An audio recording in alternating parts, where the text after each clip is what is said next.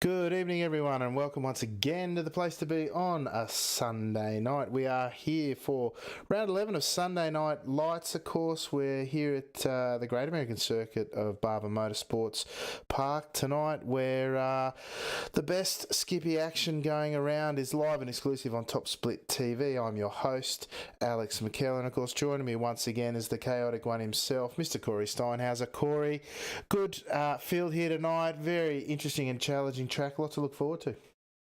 Yes, indeed, Alex. And as we have seen in the previous warm-up race to this one, definitely a lot of action to be had, especially in those earlier laps while we're waiting for tyre temperatures to come up. It threw a curveball for sure, but hopefully we can have some of that action here in this race tonight, Alex. Yeah, look, lots to look at in this track. I like the characteristics of this track as they're pretty typical of some of the US tracks that we see on our journey around the Skip Barber circuit. Quite challenging corners, and more specifically, the elevation changes that we're so familiar with some of these more traditional US tracks.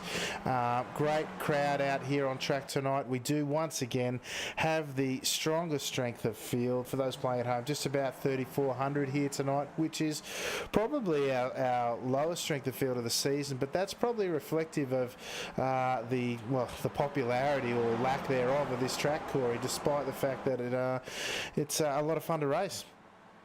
Yeah, indeed, Alex. I've done a couple of races here this week myself with mixed results, but I think it's mostly just the early laps with this tyre model is just not quite enjoyable for some people, for lack of a better word, I guess. But once you get those tires warmed up, this track is so much fun to drive, and I'm surprised that we don't actually have more people registered for this than we do. But it's good to see that we've got these guys that have turned out and are continuing to support us here at SNL. Yeah, absolutely. We're just seeing Sammy J. Toykala across the line for the end of his first out lap, at least, or is it his first time lap? No, I think it's the out lap, judging by the time. It could be the first time lap. Hang on, let me just chuck up the standings and we'll see. Yeah, it was his first time lap.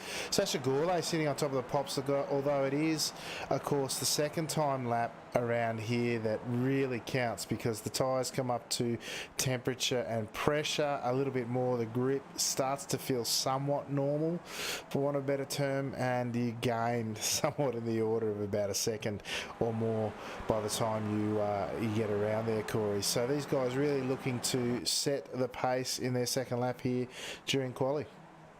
Yeah, and I think Enzo said it best when we had the interview with him last week, where he said that the first two laps, so your out lap and your first timed lap, you really just want to take it easy so you don't slide the tires, and you can have all the heat build up still with not pushing too hard, because if you push too hard and you go for a spin or a slide, then you overheat your tires and it will completely ruin any chances that you've got of trying to make it to the front of the field here, Alex.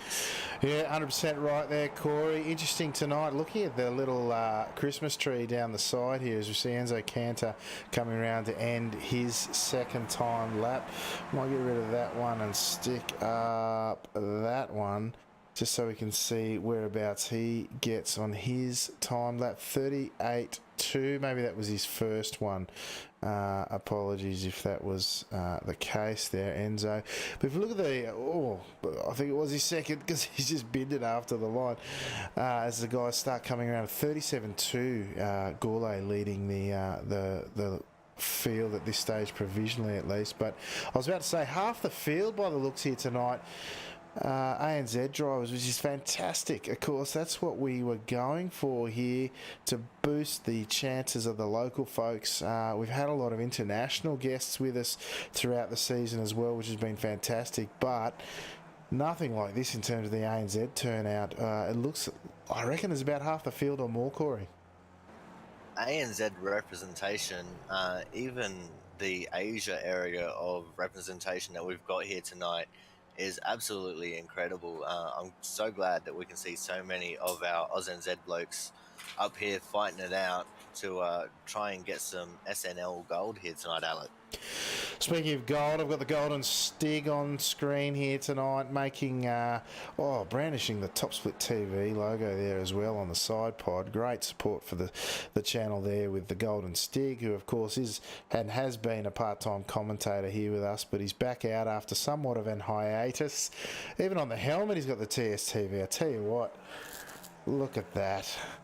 Fantastic seeing the Golden Stig back out on track, and a bit of promotion for the channel as well, Corey. So good to see him out there. I'm glad that he's got the opportunity along with the rest of the ANZ guys out here tonight. Should be a good race and hopefully a good return for the Golden Stig, Corey.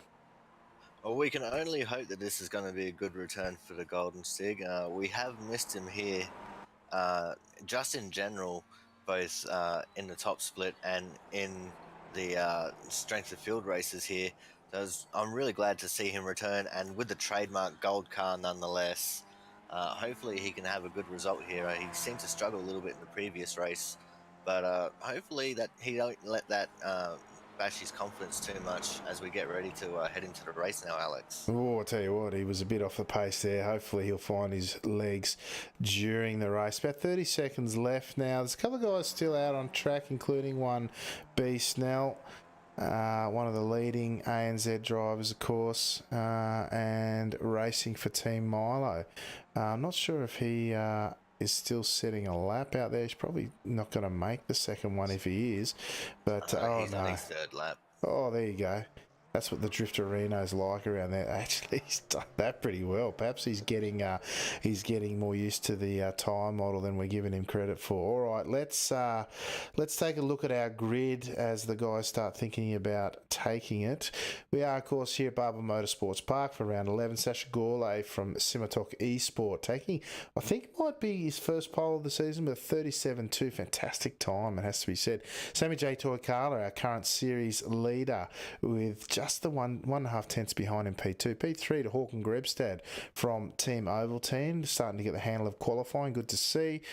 Julian O'Fray with a 37.7, half second off the pace there. Look to him to get a bit of action and right up there with the front runners starting in P4. P5, Anthony Catt, been with us every round of the season. Great to see him up in the top 5 on the grid. Team of Escalante, who is right in the hunt for the Sunday Night Lights Championship and the official season overall, starting from P6. Greg Barber, the first of the ANZ crew, some 7 tenths off the pace. Ben Snell with representing Team Milo, of course, in P8.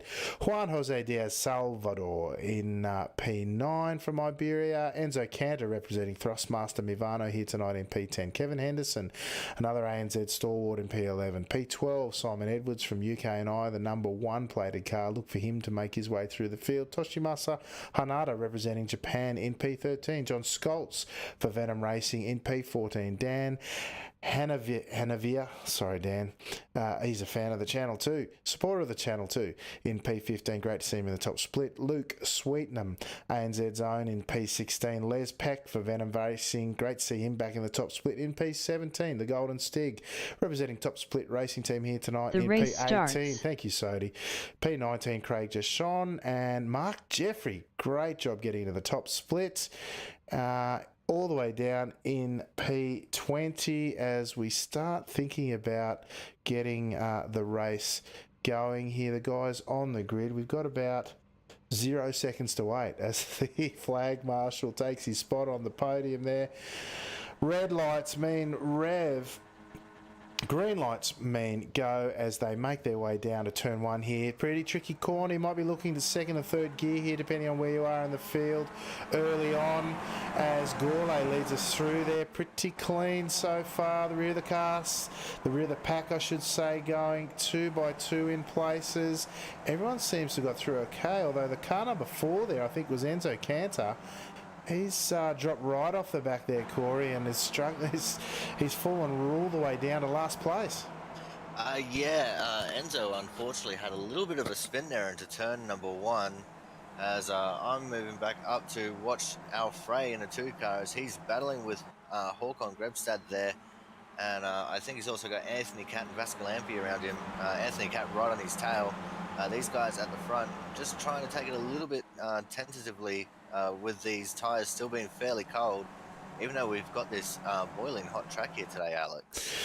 Yeah, it's pretty warm out there on track, 45 degrees centigrade, but this time model, such as it is, the cars will still take about 4 to 5 laps to really be where the drivers want to be, where they can just stick the cars into the corner how they feel, however they please, and just get them around. As they head through this pretty tricky, undulating, almost chicane through 11 and 12 there in the closing stages here. It's come around to the penultimate corner here. At 13, 14 now, and down into 15 to round out lap 1. Everyone seems to have made it through okay, with the exception of Canada, as we mentioned earlier. We've got a full deck of cars there. Oh, who's that off the side? The Golden Stig, 15. I saw 11 going wide there. That was Ben Snell. He managed to pull it up there. But Awema now. Oh, that's not looking pleasant. Why don't we go and grab a look at what happened there? And see if we can't pick up what happened. Or we'll go back a bit further there. Hop on board with the Stig as he comes through that challenging section. Chucks it down into third. Comes out in fourth. Still in third by the sounds. And then coming through 13 into 14 now. Nice tight line through there. And the rear just went on him. And then he's been collected from behind. Oh, in a big way, and that's not how he would have liked to start out his return to Monday Night Lights, Corey. No, indeed not, Alex. And I was watching that live as it happened, and in full speed, it was definitely quite the impact. Hopefully, the Golden Stig is going to be all right and going to be able to rejoin the race. As I'm watching this action back up in front now, we've got a 5-car train heading up this pack, being led by Sacha Gourlay right now. Sammy J right there in P2. And these guys are looking like they're starting to take control of this race a little bit, as they're all waiting for their tyres to warm up properly so they can maybe start racing for real, Alex. Some familiar faces up there, as you say. Gourlay leading the pack now with Toykala and Grebstad in second and third respectively. O'Fray and Cat. Great to see Cat up near the front this week. He had a bit of adventure or misadventure last week. Toykala now pulling wider. Snell once again taking the green line, trying to match his car colour there. That's probably not the most efficient way to get around the final corner, but he's managed to hang on to it, which is great to see. Hopefully as his tyres come in, he can try and make his way a bit closer to the front. Currently sitting in P8. This pack of 5 though, looking to run away with it, as they've got a gap now. They're sitting at around, let's see, about a second in front of Vascalampi, who is down in P6 at the moment with Greg Barber, the I think, yes, the leading ANZ driver there, ahead of Snell and Henderson. Great to see Greg Barber in a competitive position this week. Hopefully the incidents will go his way and he can make a good result out of a good start there. So up the inside now goes O'Fray of Grebstad on the approach to the waterfall there, getting it done very nicely on the inside there, and Grebstad making plenty of racing room. But what that has done, Vascalampi is now only half a second, as the cars behind O'Fray and Hawk on Grebstad there had to check up on the run through the waterfall, and that's brought Vascalampi and our own Greg Barber right back into it, Corey.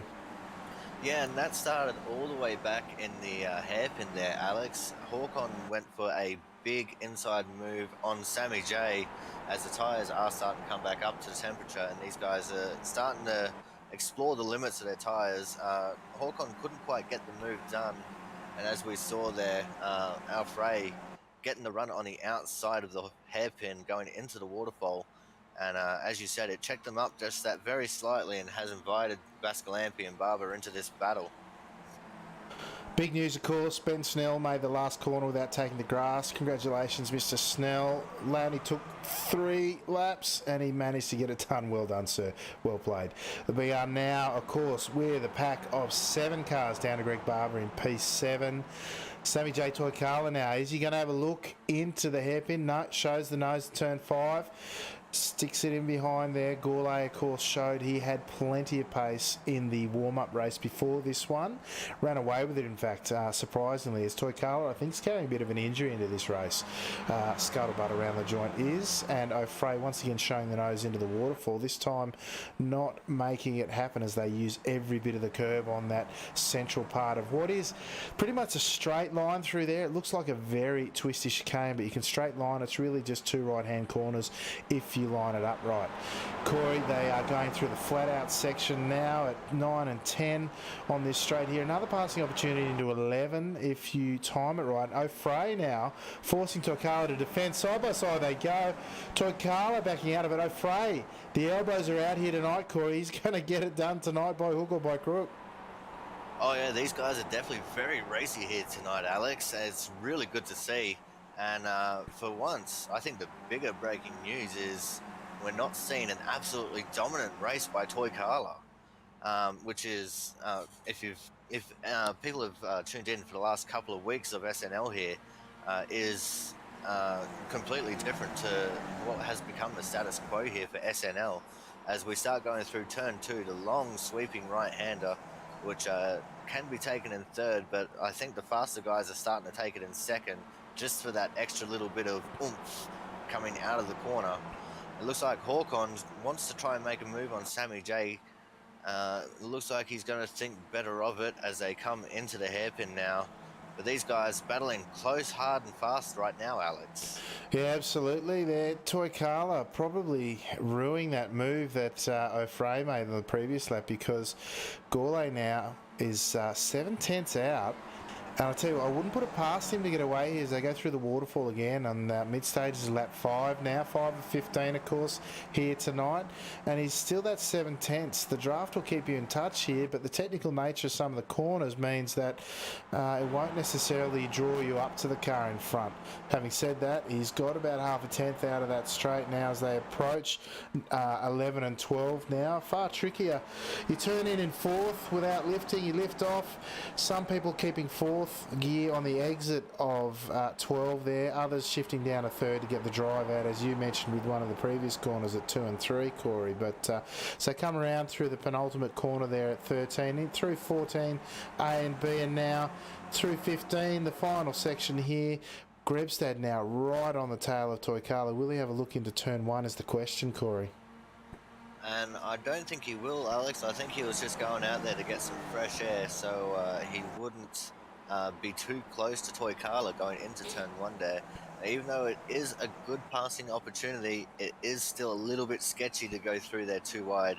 I think Hawkon knows that and decided that discretion was probably the better part of valor. Just deciding to hold back that little bit and maybe save a run for later on in the race. As we see, these guys are still very close in the battle, Alex. There's not really too much going on, but these guys will be absolutely on edge, especially with the fact of, with those fast corners like that flat out left-right section just before the final section of corners. The dirty air can really play a little bit of havoc there. Yeah, latest news is we've lost Greg Barber off the lead pack here. Leading ANZ driver here tonight, sitting in P7, some 1.4 seconds off this pack. And looks like Simon Edwards, the number 1 plated car, is on the head of another charging pack with Henderson, Hanada and Skoltz there, with Ben Snell having dropped a few positions from where he started on the grid. I believe he's down 4 positions, so not the happiest night for the Team Milo driver. Barber now, who's ahead of this pack here, from Edwards in 8th down to Snell in 12th. He's a bit in no man's land, but he's being dropped. He's dropped 2 tenths already from the back of Timo Vascalampi, who's not sporting a rear wing. I don't know what happened to Vascalampi there, but and I don't know if the netcode gods are not smiling on him and he might actually have the wing, but he looks to be running okay in his Formula Ford-like Skip Barber car, but doesn't seem to be hammering too much, so it might just be netcode affected. But the front runners now of Gourlay, O'Fray and Toykala now. O'Fray has bridged that gap to Gourlay and is now just 2 tenths behind. He's not going to have a look here into the hairpin at turn 5, not this time round anyway, but he's shown already that he's willing to have a go and work his way to the front, Corey. Yeah, and I've got a little bit of more information on why Ben is so far back there, Alex. The lap that you actually congratulated him for making the final corner, he just went and transferred it into turn one and went a little bit wide and got into the grass there. As you can see, these guys are still fairly nose to tail at the front. Looks like everyone's still just biding their time. We're only just about halfway through this race, but everyone's still just tiptoeing a little bit. Uh, Maybe throwing a couple of dummies here and there, just having the dress rehearsal for when they do want to try and make that move and try and get that decisive win there, Alex. Well, O'Frey's the one who's really shown what he's willing to do tonight. He's up 2 spots at the expense of Toykalo and Grebstad, and he's tucked in behind Gourlay now. The question is, does he want to lead from the front, for want of a terrible expression, but of course, where else do you lead from, Corey? But the question is, will he use the run here into turn one? No, he won't. The next question to be answered is, will he have a dive into the hairpin at turn 5? Nice tight line there through 2 and 3. Early on the gas there on the exit into third gear, now up the hill. Hold third for a while, longer than you would expect, into fourth now. He's right up the tailpipe. O'Frey forced to go the outside as Gourlay takes the defensive line through turn 5 now. Will that affect his exit, and will O'Frey be able to do the crisscross? But of course, doing that run there on the defensive line there puts him also on the outside of the track into the waterfall and the defensive line there as well. Will they be brave enough to go 2x2? Not at this stage, but I tell you what, Corey, I wouldn't put it past them later in the race. Yeah, and that's exactly it, Alex. Right now, I think Gourlay is probably just feeling out where everything is going to be. So when he does go to try and make that move, he can have the confidence in the car to make it.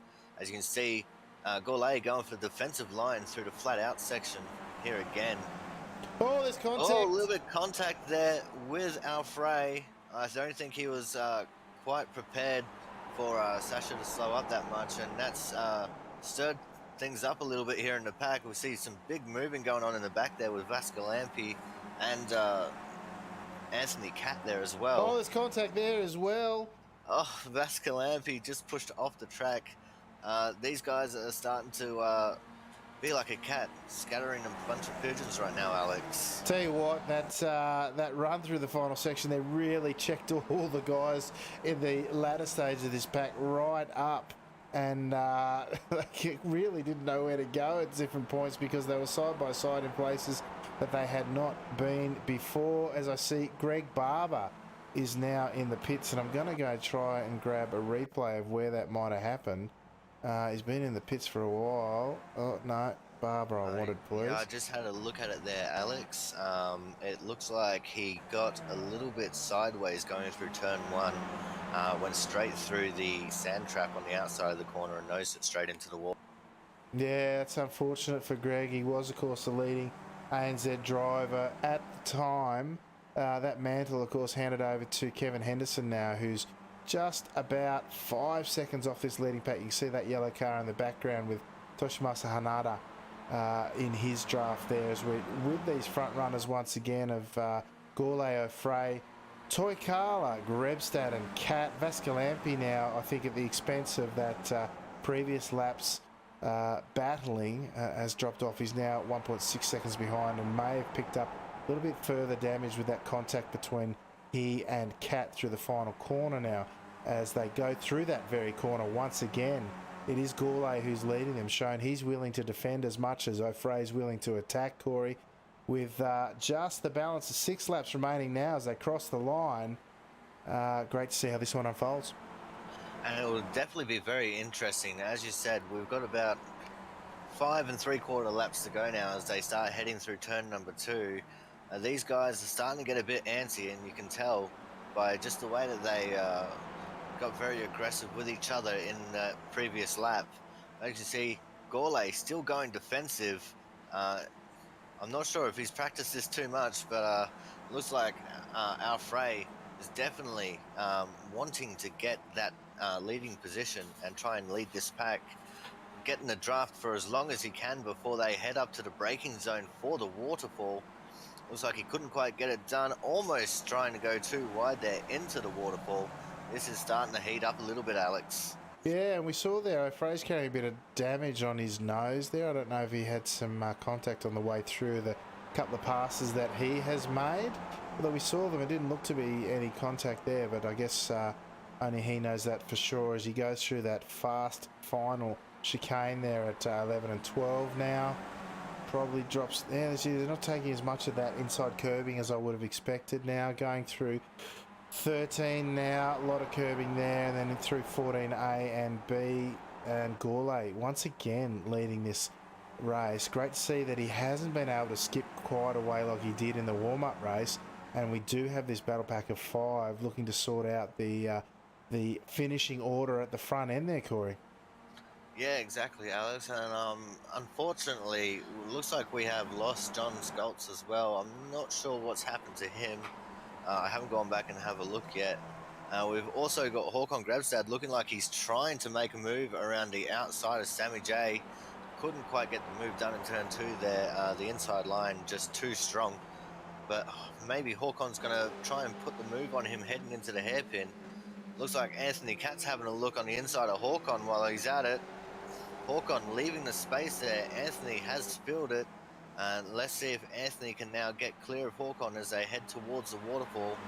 I don't think he will. He's just pulled out of that to let Håkon back in front.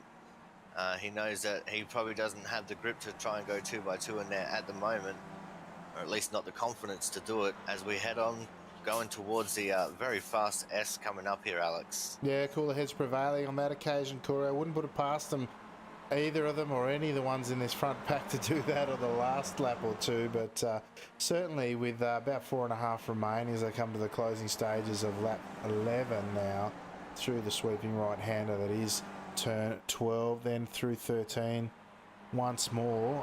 Certainly in the latter stages of this race, you might see someone have a look on the inside of the waterfall, though more than likely the driver in front will have defended on that line on the exit of turn 5. So yeah, it looks a tricky place to find a pass. You really got to manufacture something now as we see O'Fray pull out to the inside on the approach to turn 1, probably just to defend or show the nose either way by the looks of it as they run through turn 1 now into turn 2. Again, you can see the elevation changes on this track that are characteristic of so many of the US tracks that we visit on our circuit for Sunday Night Lights, and it really does add a great dimension. It's side by side they go now on the exit of 3. Exit of 4, I should say, on the approach to the hairpin now. Gourlay really forced to take the defensive line, but 2x2 they go. What will this do with Toikala behind? Will it give O'Fray the run into the waterfall? I think it has, Corey. It looks like O'Fray will have the run into the and the lead, as it turns out, into the waterfall. Will they go 2x2 at this stage? No, they won't. Gourlay tucks in behind, having led every lap of this race until now. O'Fray, the one to watch from the start, as we have seen, has got it done and now leads this race with just 3.5 to go, Corey. And what an amazing move that was, Alex. That started all the way back in turn 3 as they were heading to the hairpin. To make that outside line stick the way that he did was incredible. As we can see, Gourlay now going for the inside move through this S section. Couldn't quite get it pulled off. Håkon in the back getting a move on the inside of Sammy J on the second part of the S there. Things are definitely starting to heat up now as we're coming to, what's that, about 3 or 4 to go in this race. And these guys are just absolutely going hammer and tongs at this. And it's going to be interesting when we get to that final lap to see which one of these guys is going to get the win. As we see Sammy J now maybe looking at trying to get an inside run on Håkon. Håkon went through the block, says, no, you're not doing it this lap. Also, some extra news on John Skoltz. Looked like he hit the grass. Oh, no, contact by Sammy J. Sammy J on Håkon. That was... oh, that was quite the impact. It looks like they've both kept going there, but that is going to drop them both right back down the field. That's unfortunate to see. We don't like to see it when these guys are starting to get together, but as you can see, they're down back with Vascalampi in P6 there. So that would make these guys 4th and 5th respectively there, Alex. Yeah, absolutely right. That was not what we're used to seeing there, but now we've got a battle in 2, Gourlay and O'Fray, who have now cleared out. One to benefit there the most was Anthony Catt, who's now 1.2 seconds behind, but sitting pretty in P3. A little bit of no man's land. The guys will not have been happy with that, I know. Toycarlo and Grebstead don't race that way. It would have been purely an accident. And as the hard racing continued, I tell you what, that run into the turn one, that preceding lap, was amazing. As we see Gourlay poke the nose up the inside once more at 11 and 12. Oh, he's going to go the over-under now. He's got the run into 13. Up the inside. Now, what a fantastic setup that was, Corey. He's got the tight run through there, which is the line you want. Will they go 2 by 2? No. It's Gourlay making a fantastic move through the final stage of that lap, Corey. And that was very well set up right back from when they entered those S's there, Alex. Gourlay, as we see a spin in the background now, I'm not sure who that was, but Gourlay just faking the left move there to try and fake out Alfred a little bit. Ending up getting that move done so silky smooth with the over-under. I couldn't have imagined it being done any other way. And as I was going to allude to before, John Skoltz hit the grass on the exit of the final corner and went for a spin onto the inside wall. So that has seen him out of action now, Alex. Yeah, we're on board with O'Fray now as Gourlay runs very wide there, deliberately taking the defensive line into the waterfall now. As these two go side by side now to the waterfall, I suggest that they, even though we're on 14, will they go 2 by 2? No, he lifts, tucks in behind once again. The red car there of Gourlay there. He has led all but one of the laps, or 2 of the laps, I think, here tonight, as we see now. It is O'Fray who is going side by side this time, tucks right in behind the flat turns 9 and 10 there. 4th gear flat in there as they might touch 5th now, although no, they won't. They'll just go hard in 4th. And look at O'Fray. He's trying to have a look at the same way as Gourlay did, but he cannot get it done in the same way. Gourlay taking beautiful defensive line with compromising very little by the way of speed now as we hop on board once again with O'Fray now. The question is, will he have a look into turn 1? As we now come with just the 1 lap remaining. Will it be at turn 1 or will it be at turn 5? The waterfall, the final series, where will it be, Corey? My guess would be it's going to be turn 5 at the waterfall, because he definitely did not go for the move there in turn 1. And I think Sasha, knowing that Alfred was going to try and pull the same move that Sasha did the lap previous, was very wise to it and knew how to defend it. As he goes to the defensive line again, Alfred trying to go the long way around the outside again. We'll see what he can do with the setup here into the hairpin, sorry. He goes for the over-under. He's going to try and get the drive off the corner to try and get ahead in the waterfall. If he was going to go 2 by 2 through there, this has been the lap that he's going to do it now, Alex. They are neck and neck through there, and it does look like they're going to go 2 by 2. Can they get it done? Look at that, side by side, no contact as yet. How they go on track out? It is Gourlay. It looks, but he won't have the drive, Corey. It'll be O'Fray with the drive potentially as they come up to turns 9 and 10 now again. Flat through 10, 9 and 10, side by side. Oh, he's got on the grass. Cat now looming. Anthony Cat out of nowhere. Wide, 3 wide, he's gone, and he's gone to the lead, Corey, the 2 of them. He's come from nowhere for Bradbury-esque style run, but Gourlay now, will he get the inside run? Yes! It looks like Cat has gone a little bit wide on the exit there of 13 now. In through 14, and Gourlay, the wing. Oh, Cat's coming back at him, but Gourlay's got the inside run. Can he get it done? And O'Fray's got the drive now as they go 3 wide across the line. Who's got it, Corey? I can't tell who's going to get it. It's going to be absolutely close. Gourlay. Gourlay's got it from Cat and O'Fray. What a finish to this race here, Corey. Oh, that was absolutely incredible sequence of corners there. Anthony Cat out of nowhere just gets past both of them to take the lead, and then that final battle to the line.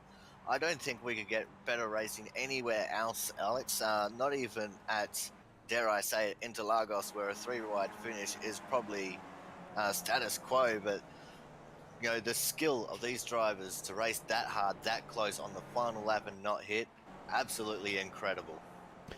Amazing stuff there. That's probably the closest finish we've seen in the longest of time. Can I tell you, the gap between first and third at the end of that was 0.035. 3/100, 35 1,000ths, I don't know, 35 100ths, I should say. between first and third. 0.02 to the leader. Gourlay, O'Fray and Cat putting on the most sensational finish I think we have seen in the history of Sunday Night Lights. Certainly of Monday Night Lights as well. Let me see if I can't go and grab a replay of that and see if we can't get an angle that shows how it went. I'm going to try and... no, that's after the race. Here we go. Let's slow this down and have a look, Corey, because it was the 2-car of O'Fray getting the drive out. He just had nowhere to go. We look at these guys side by side from the rear now. You couldn't get any closer, I don't think, as they go to cross the line. Why don't we pause it there? I don't know if I can. No, I can't. I've missed it.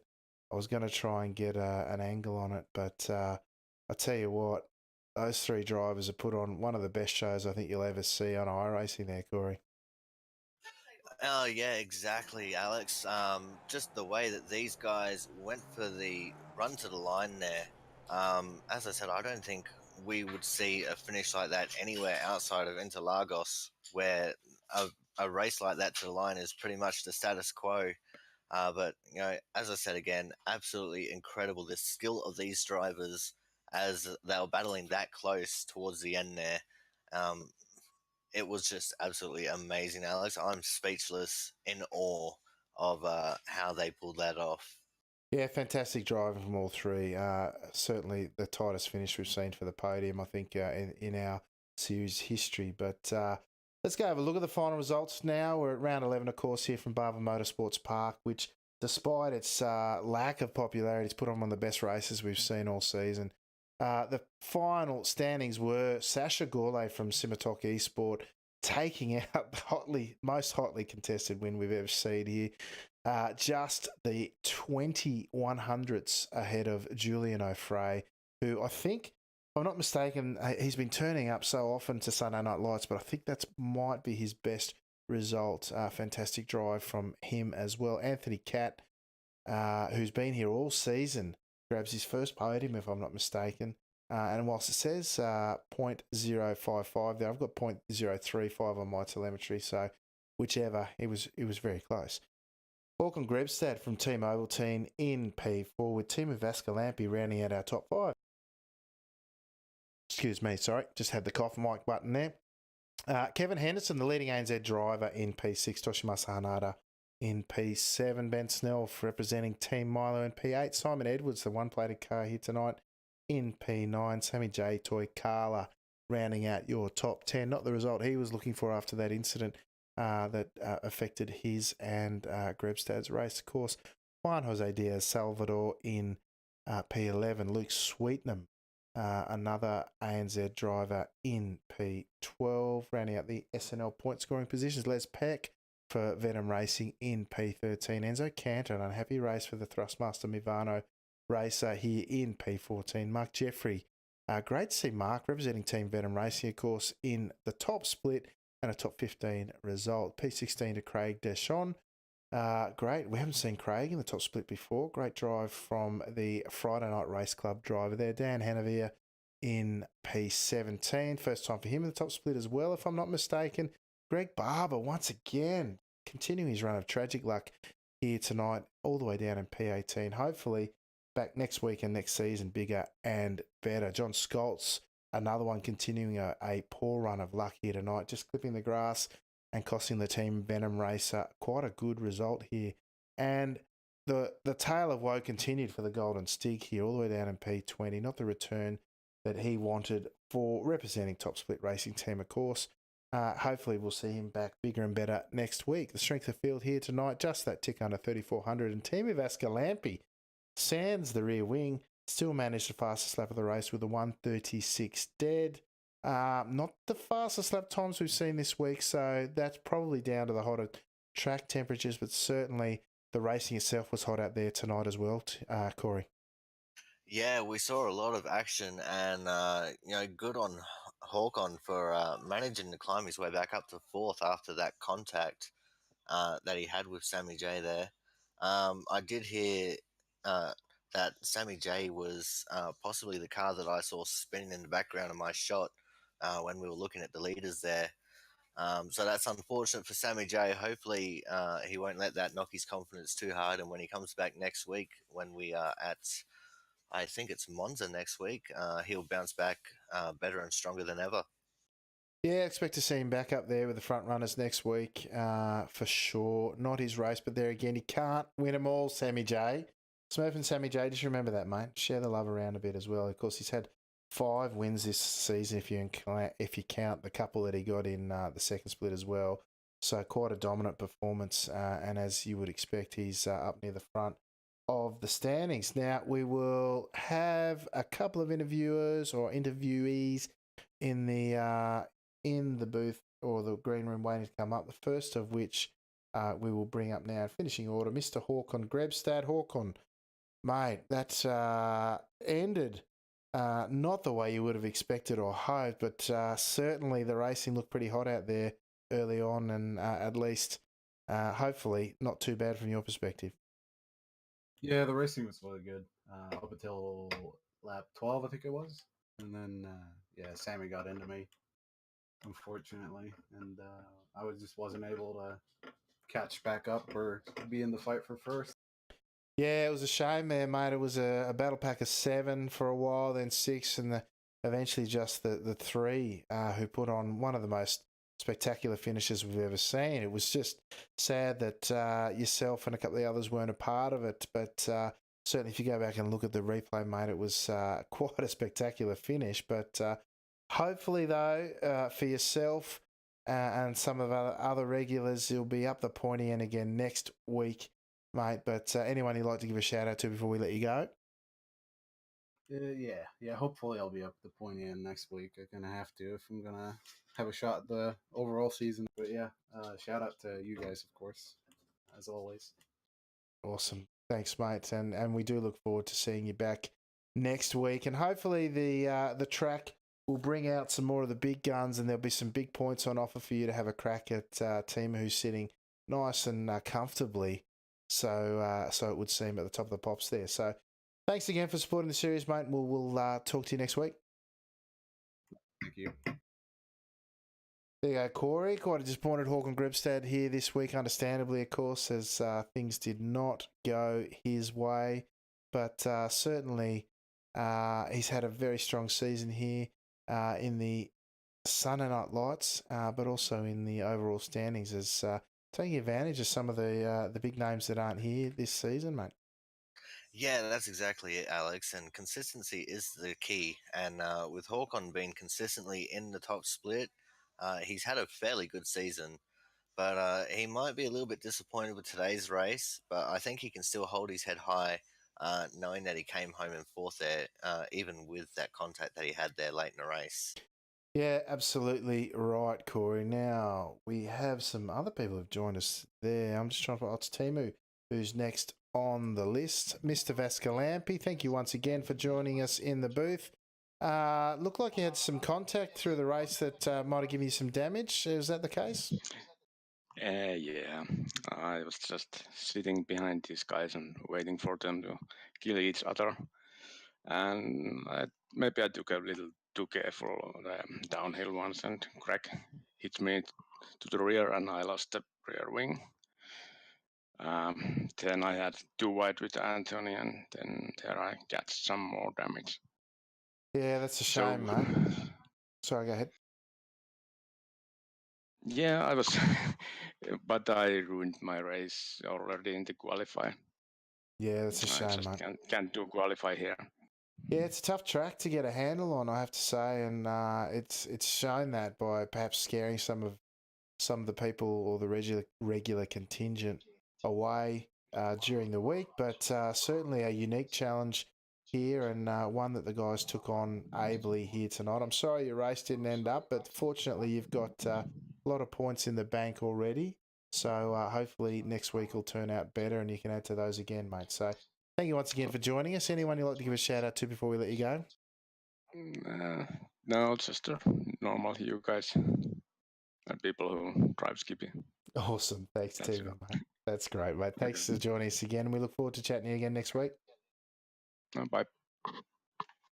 There you go, Corey. Once again, not the race that Timu was looking for, certainly. He has been one of the, well, if not the strongest drivers, certainly one of the most consistent to go with his pace, and it just didn't work out for him here tonight.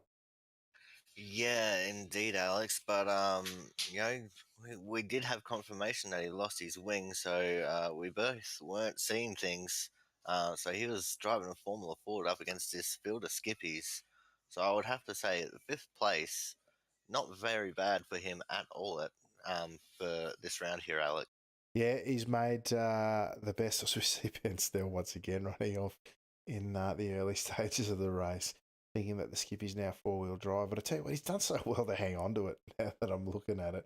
Honestly, the man can steer all right when he has to. Now, we've got a couple of other people in there. We'll bring up Mr. Greg Barber. Greg, again, not the race you were looking for here tonight, but certainly action-packed one, no doubt. Oh, mate.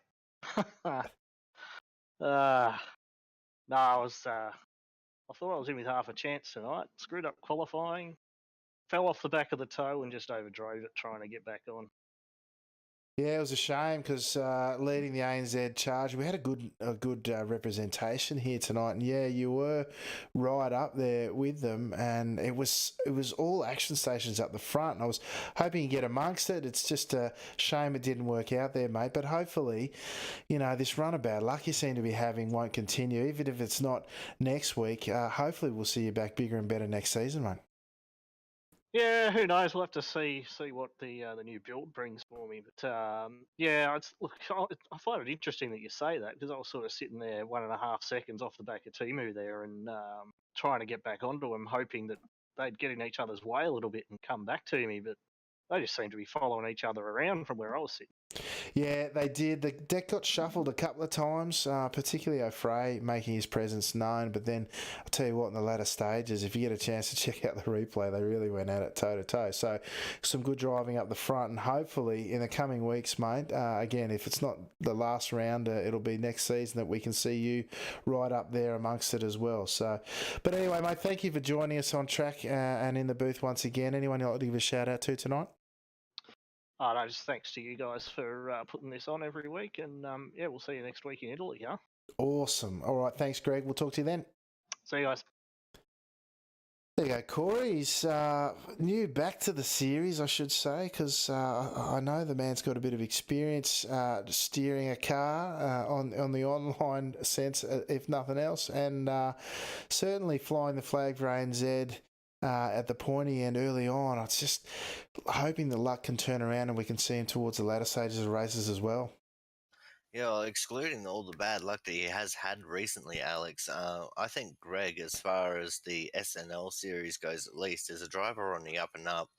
We've been seeing him there or thereabouts more and more, especially towards the latter stages of the races before he unfortunately gets struck with that bad luck. So hopefully he can get that monkey off his back and be really up there leading the charge for our AusNZ drivers. Yeah, that's right. He's actually leading the ANZ charge in the season overall, currently sitting in P7 of the SNL series overall. But hopefully, like we say, he can get back into it in the coming season or the races that as they unfold in the future. Our final interview tonight, and I did it out of order. I must apologise to Mr. Snell that I got him out of order in terms of the finishing order that I like to do, but Ben Snell finishing P8 tonight. Didn't qualify too bad from what I saw, but certainly some adventurous racing there early on, mate. I have no idea what I'm doing. Basically. Well, I can tell you, and I hope I'm not. Oh, I think I'm about to catch a bit more foot. Yeah, there we go. There's the cross up, and sorry, mate, but we did finally catch the spin that undid you in the early stage. I congratulated you by lap 3, I think it was, when you stopped taking the grass on the exit of the final corner. But then it's come unstuck pretty rapidly after that, mate. But certainly not the race you would have hoped for, I would have thought. No, I was struggling a little bit. I haven't had a lot of laps around Barber. It's one of those tracks because the participation's so low. Even though it's fun to drive, you just don't get around to driving. You Yeah. don't really want to be trundling around with 12 other people going, oh, I'm having a fun time driving by myself. Yeah, that's it, mate. It's an interesting one. Great fun to drive when you can get a handle on it, but getting a handle on it's so challenging that it does scare some of the folks away. But listen, thanks once again for your support of the series. Now, I know you've been streaming. Do you want to let people know where they can find you on Twitch? Yeah, I've my work schedule's changed, so I have my afternoons free, so I thought I'd give it a crack. I am twitch.tv/Snellovision. Perfect. Thank you, Ben. And anyone else you'd like to give a shout out to before we let you go tonight? Oh, of course, you guys for putting on the broadcast. It's always fun to go back and watch. It looks like it was a ding-dong battle up the front that I'll get to watch tomorrow. And, of course, go Team Milo. Go Team Milo indeed. Well, thanks, Ben, mate. All the best for the last race of the season and, of course, next season once we find out what the iRacing folk and the devs have done to adjust this tyre model and see what the racing will bring. Let's hope they don't make it worse. We can only hope. All right, mate. We'll catch you next week. Cheers. Well, there you go, Corey. That was Team Milo's own Ben Snell. We had not the race that he would have liked, of course, but geez, what a race we did have. I'll be going back and watching that finish and seeing if I can't find an angle where we get a true representation of what it looked like, and might even make one of our promo reels at some point because it was certainly one for the ages. It was definitely one of the best finishes I've ever seen, Alex. And, good on Benny for keeping his spirits up, even with him trying to camouflage his car in the grass there a bit. Go Team Milo indeed. But, yeah, an incredible race, close racing at the front the entire time. And then when they scattered the cat amongst the pigeons, the temperature of the racing just went up and up and up, and it turned out to be such an amazing race there, Alex. It sure did. Absolutely it did, mate. Now, tell folks at home where they can find you during the week, Corey. If you guys want to catch me doing oval and dirt oval content, a little bit of road, you can see me at twitch.tv/Corey Has No Life 13. We will put up a explicit content warning for my normal foul language, which I managed to curb somehow for these broadcasts. You do a good job of that, mate. All the other places where you can find all things Top Split are on your screen at the moment. Most important one, of course, join the Discord community where we do this broadcast from and our interviews as well. There is also the Top Split podcast that you can check out. Otherwise, we'll be back here. Well, I'll be back doing some racing during the week and back here, of course, next Sunday night for the final round of the season to see how it all turns out. But for now, folks, I've been your host, Alex McKellar, and on behalf of my co-commentator, the chaotic one himself, Corey Steinhauser, thank you very much for joining us both on the track and for the coverage. And until next time, I will say ciao for now.